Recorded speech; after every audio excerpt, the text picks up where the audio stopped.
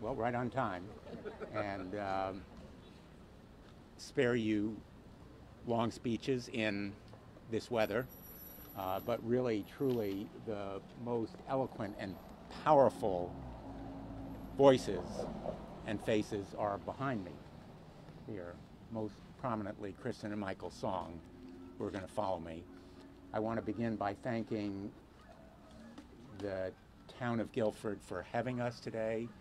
I think that Mayor Hui will speak at the end, but I also want to thank my partner and colleague in this effort, Senator Murphy, who could not be here today. As you know, he and I have helped to lead the effort in the United States Congress, and on the horizon, for the first time, there's real hope that we can accomplish significant steps against gun violence, because the House is now Democratic, and because the activists behind me put gun violence on the ballot last November, and gun violence prevention won last November because of the activists whose voices and faces have made such a difference in this battle.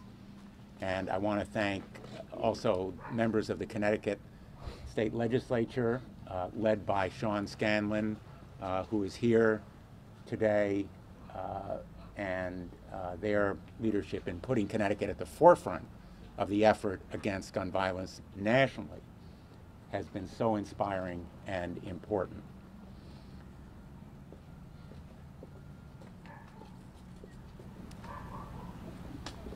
Tomorrow would have been Ethan Song's 16th birthday. Almost a year ago, he was killed by a firearm, a .357 Magnum, stored in the closet of a friend's home. That firearm was accessible to both him and his friend,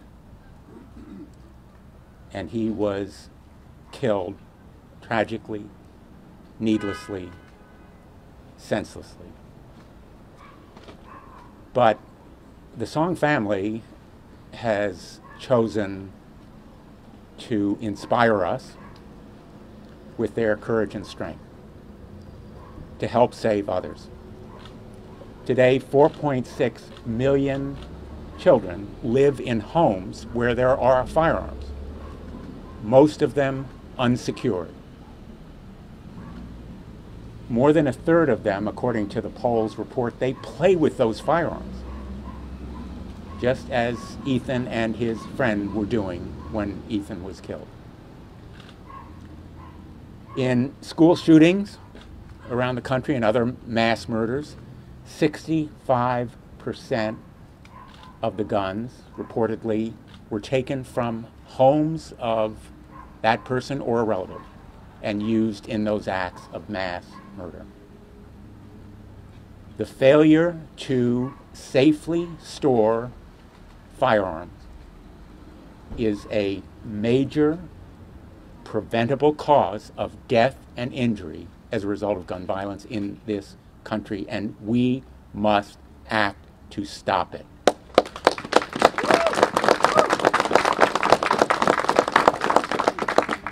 Now, for most firearms owners, safe storage is a matter of common sense and simple safety. And many firearms owners reliably and securely store their guns. But many do not, and they should be held accountable. That's the purpose of this federal law. Hold accountable any firearms owner who fails to safely store or secure their firearms to prevent access from minors or from others who are dangerous, convicted of crimes, and make our communities safer. The federal law would be modeled, in fact, on Connecticut's law, as it will be revised under some of the proposals to be made by Representative Scanlon.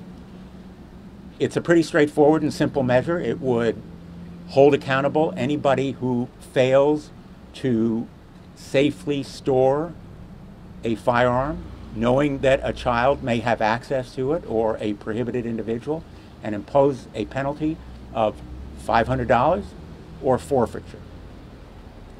It would be the sense of Congress that any failure to store a firearm safely, if it causes injury or death, would be provable by negligence or causation, and it would punish that individual who fails to store a firearm safely, if it's responsible for death, with a Class D felony, imprisonment up to 5 years.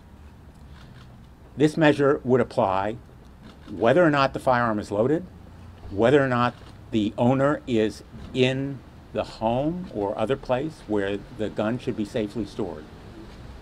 Safe storage is not a technological feat. It is achievable by simple devices, lock boxes, other kinds of measures that are widely used, and every individual owning a firearm should be responsible for using. And so we're going to press for this measure at a federal level, which, by the way, also would provide incentives for states to do what Connecticut's doing. Incentives in grants and other kinds of benefits. So the states still have an obligation to act, and they should act as Connecticut is doing. But my hope is that my colleagues will see this simple, straightforward step as a matter of moral obligation. We know that the country wants background checks and other common sense, sensible measures, which we will be advancing and advocating during this Congress.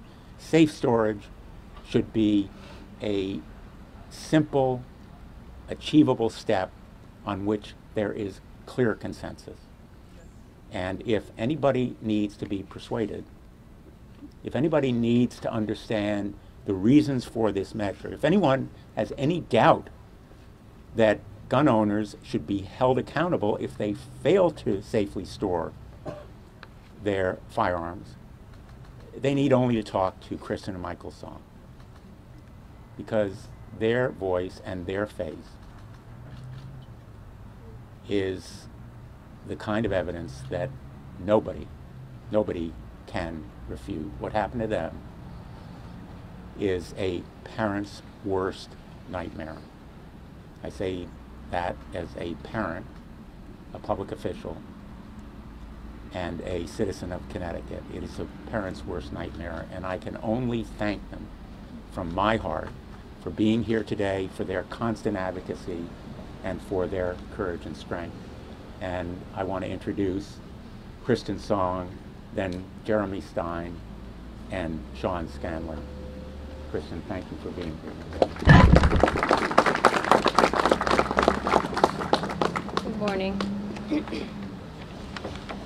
When I was pregnant with my children, I prayed that when my children were of the age that they could be drafted, that this country would be at peacetime. I was so afraid if they got drafted or enlisted that they would be injured or killed in a country far away. I was a mother torn between my love for my children and my love for my country. What I didn't realize was that the United States was waging war against itself. I didn't realize that my children had a higher chance of being killed with a gun in our beloved country than they did being deployed to war. I didn't realize that more Americans have died from gun violence in our country in the last 50 years than in all the wars in American history. This war is killing our children, our mothers, fathers, siblings, police, our citizens. We are killing each other. We are the casualties of this war. Sadly, on January 31st, 2018, another name was added to that casualty list, my worst fear. My beautiful boy Ethan walked out of our home and walked towards his death. He walked to his friend's house where, unbeknownst to me, his friend's father, Dan Markle, kept 3 unsecured firearms in the home. Dan Markle's idea of safe storage was to store the firearms and ammunition in a cardboard box in a Tupperware container and place the keys to the trigger locks in the same container, essentially making the trigger locks useless and the guns unsecured. The father, who was a private investigator, claimed he did not notice that the boys had been playing with the guns for 6 months. It was only a matter of time before someone would be shot. Heartbreakingly, it was my child, Ethan, who was shot in the head and had 0 chance of survival. He had just turned 15. When Ethan was killed, I began researching the common denominator of gun violence. It became so obvious. Access to guns. 80% of our children are taking their own lives with unsecured firearms. 80% of school shootings are with unsecured firearms. 70% of our veterans kill themselves with an unsecured firearm. An unsecured gun is stolen every 2 minutes in America, and many stolen guns go on to be used in violent crimes and, of course, accidental shootings with unsecured firearms, like Ethan's, are killing our precious children. This legislation that will be submitted is simply geared to save lives. You see, a bullet is an equal opportunist. It does not see political party, race, religion, rich, poor, age, occupation, gender. It just sees death. When Senator Blumenthal and Representative Scanlon were approached about introducing legislation to require gun owners to secure their firearms, they did not fail to answer the call, and nor should we. In the past, when this country has been at war, we have banded together, one American extending a hand to another without hesitation. In times of crisis, brave Americans run towards danger, not away. They do this because in the end, we are all citizens of one country. We are the soldiers in this war. We need to take that same commitment, determination, and forge that unity to defeat gun violence. This legislation is a win-win. The gun violence in this country could be reduced dramatically if guns are safely stored and secured.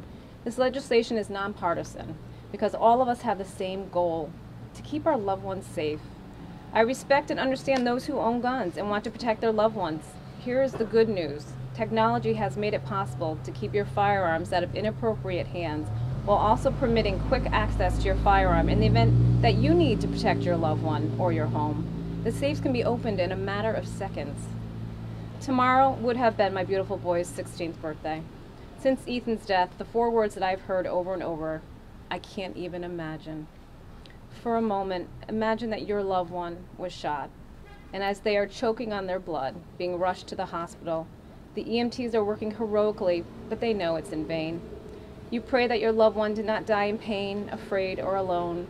You race to the hospital, and the ER doctor whispers to you that your beautiful loved one is gone, and your world shatters into a million tiny pieces.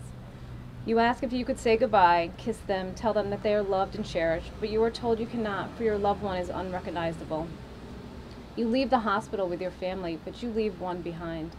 As you slowly walk to your car, your loved one is being wheeled to the morgue, and that is just the beginning of your heartbreak, your nightmare. I see in your faces the fear that this war may never end, that we will abandon each other, that more blood will be shed, but it will not be this day. This day we will stand together, white, black, brown, rich, poor, Jewish, Christian, Democrat, and Republican. We will join hands and reduce gun violence by taking one simple action: storing our firearms safely. Thank you. Thank you.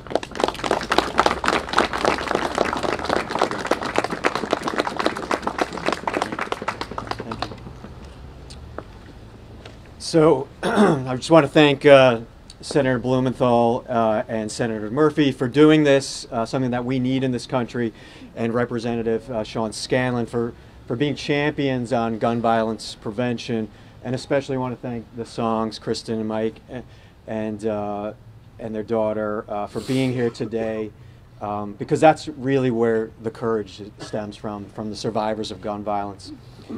Last night I was doing a little research because I wanted to really understand the impact of this law and understand and speak to people so that they understand the impact of this law. Last night in Oklahoma, 4 kids were at a party. They got a hold of an unsecured gun. They started playing the gun, and one of them was shot and is now in the hospital fighting for his life. I mean, that was just last night. On New Year's Eve, a 9-year-old was shot in the back by her 5-year-old cousin in California. 2 days earlier, a 7-year-old boy was shot by another child inside his home in Florida. On December 12th, a toddler shot himself and 7-year-old brother after finding a gun left in the backpack in their home in Missouri. In November, a 4-year-old found an unsecured gun in a house and shot himself. That was in Hartford, in Connecticut. A 13-year-old girl was shot and killed in Wisconsin, a 14-year-old in Georgia, a 5-year-old, and a 17-year-old in Michigan, and the list goes on and on. And all of these shootings occurred in the safety of their own homes. This is happening, this is real, this is affecting our country, and it is devastating to our communities. And although these deaths and shootings were preventable by locking guns and keeping them out of reach of children, not one of these incidents resulted in any one person being held accountable for not locking up their guns. And this needs to change now. Research by the American Academy of Pediatrics, they are on board with this because they know that gun laws, that the states have the strictest gun laws. If you have strict gun laws and storage laws, you can half the number of children that die as a result of gun violence. And that is why they are recommending very strongly storage laws like the one that is being introduced today. So it's not just about homes, it's also about preventing suicides, it is also about preventing school shootings, and it is also about preventing urban gun violence. But whether we're talking about these school shootings or urban violence or accidental shootings or suicides, the one common thread is ease of access to firearms. And Connecticut Against Gun Violence, we will continue to fight for common sense gun laws like this because it is just way too easy to get a gun in America. And many of the guns that are being used for crimes in our cities are brought in from other states, that is true, but they are also stolen from homes and from vehicles for people who do not lock up their guns, and we want to make sure that this law also applies to that as well, so that we are preventing guns from ending up in our city, which is a big chunk of the violence that we're experiencing in Connecticut and in other states. I spent yesterday, a good part of yesterday, in Bridgeport with a family whose 12-year-old was shot and killed right in front of their house in Bridgeport. Clinton Howell, and that gun had been previously stolen. And this is not a big task that we're asking for. It's not a big ask. Every responsible gun owner knows that guns should be locked up when they're not in use. In fact, I brought the manual that I got when I went through a gun safety course that's sponsored by the NRA. And you can see on the cover, it says Safe Storage Fundamentals. And on page 19, the beginning of chapter 2, it is an entire chapter on safe storage, an entire chapter dedicated to what we're talking about right now that we're putting into law. So everyone agrees that this is the right thing to do in order to ensure the safety of our children. And what we're proposing here, because this is a nonpartisan bill, we want to make sure that everyone comes together and holds people responsible for not being responsible gun owners. In New Hampshire, a 19-year-old recently was shot and killed with a .22 rifle. A .22 rifle, and I've heard over and over again, well, you know, why can't we exclude .22 guns from our gun laws because nothing bad can happen with a .22 rifle. Well, that's not true, because even something like that can kill a child. So, so all we're asking for is common sense here. When they're not in use, they need to be locked up. We can reduce the number of stolen guns that end up our streets in half if we do this. We can reduce the number of suicides. We can reduce the number of school shootings. We can reduce the number of accidental shootings. And we are asking everyone to support legislation like we're trying to pass in Connecticut. We're asking everyone to support the bill that's being introduced by our senators. And we encourage every state in the country to pass similar laws. We need to do this because our lives depend on it. Thank you. Thanks a lot.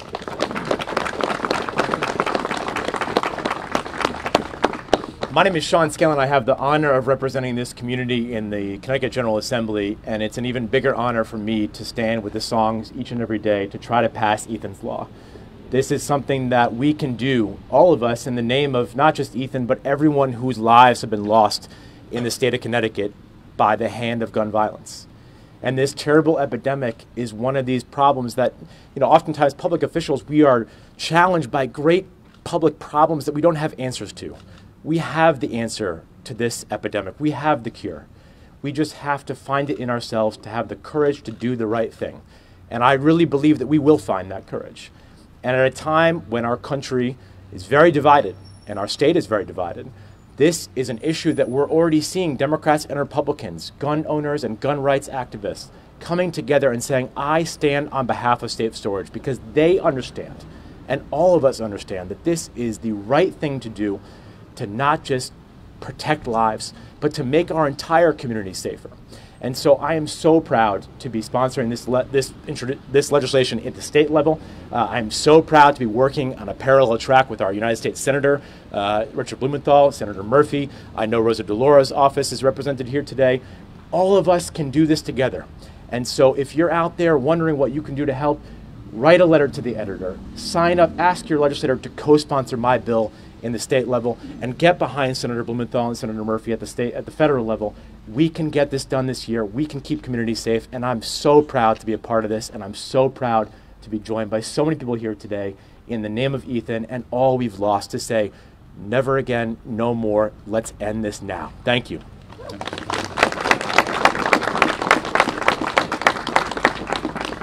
Good morning, I'm Matt Hoy, and I'm proud to be a representative of the town of Guilford as its first selectman.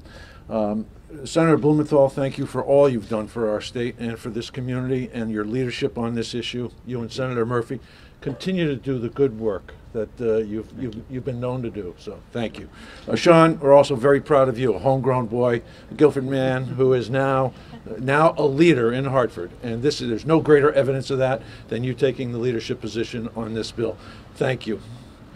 To Mike and Kristen, your strength and your willingness to turn this tragedy into something positive is inspiring. It truly is inspiring. I had a conversation yesterday with someone about this bill, and they said, do you think it'll make a difference? And I said, I know it will make a difference, even if it is a difference in one family and one community that does not have to go through this tragedy again. It will make a difference, and we're so proud of the work that you're doing. And with that, I want to add my voice of support to this issue, and I am confident that this community, the town of Guilford, is behind this initiative 100%. Thank you.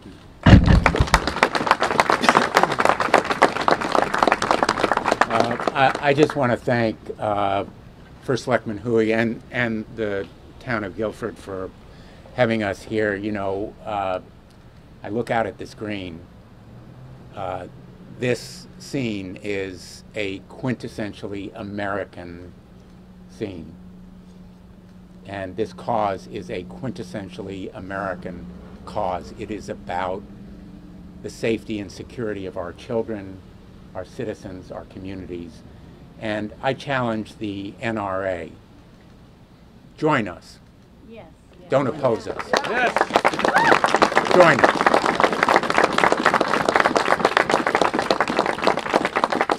There was a time when the NRA stood strong for storage, safety, fundamentals. It should join us now. We can seek common ground here. But if you oppose us, I can promise you this measure will become law over your opposition, because the gun lobby's vice-like grip on Congress is breaking. And I can tell you that our delegation, Congresswoman DeLaura, Senator Murphy, myself, are going to keep fighting until we get this law done. We owe it to Mike and Kristen to pass Ethan's law. Thank you all for being here today.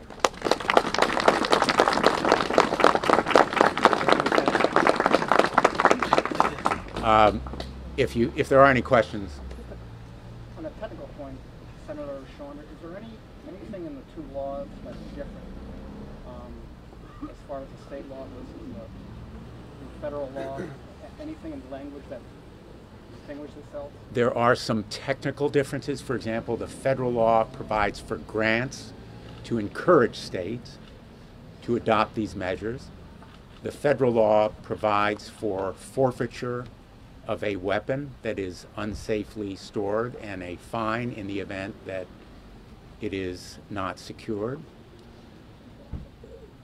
I think apart from those kinds of differences, and there are some wording differences, the differences are really technical, and they are substantially the same, and that's why we have written them to be the same or similar, because we want these laws to be a model for other states.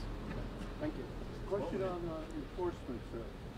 Having laws on the books is a good start, and there are pre-existing laws which were woefully inadequate in the sense that they weren't enforced, and the laws themselves need some updating.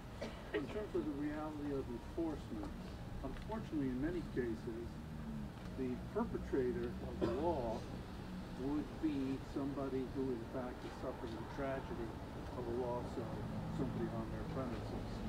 But how do you go about effectively enforcing a law that really works best with voluntary compliance?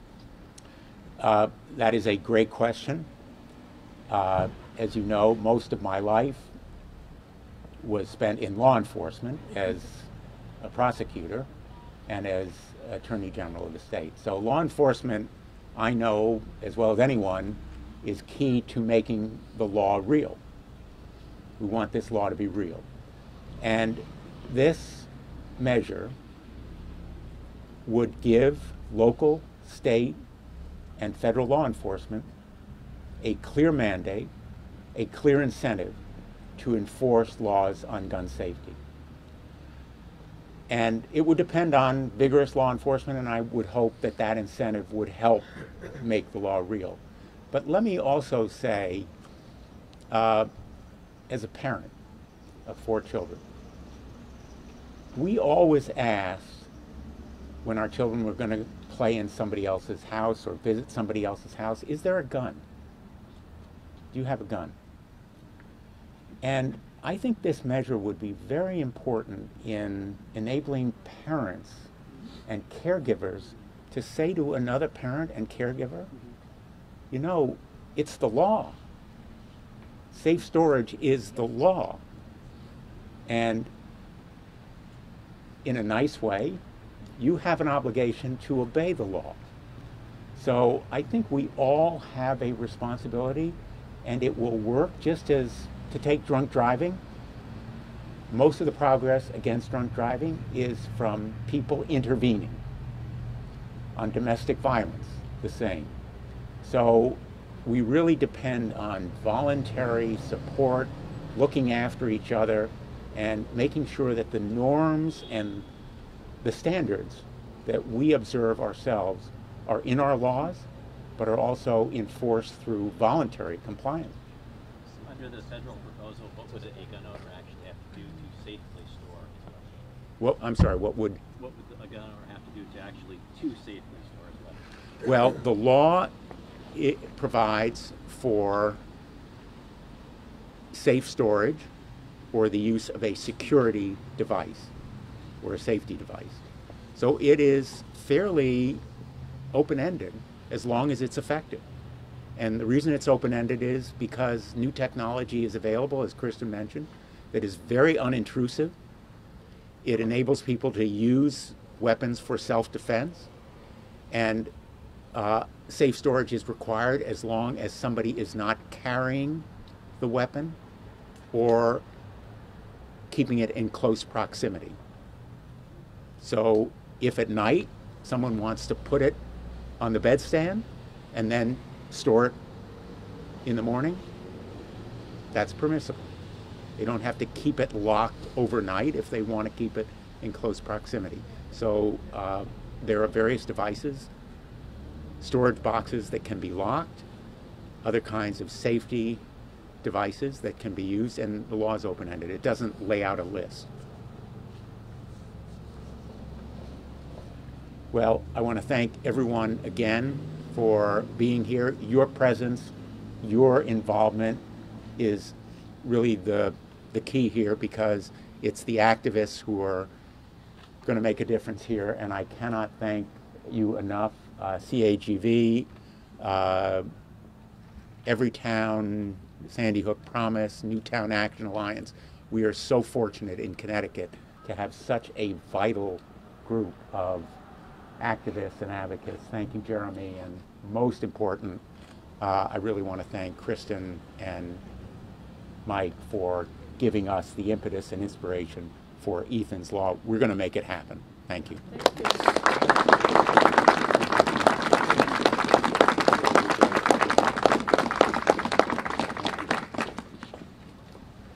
Thanks, everyone. Thanks a lot.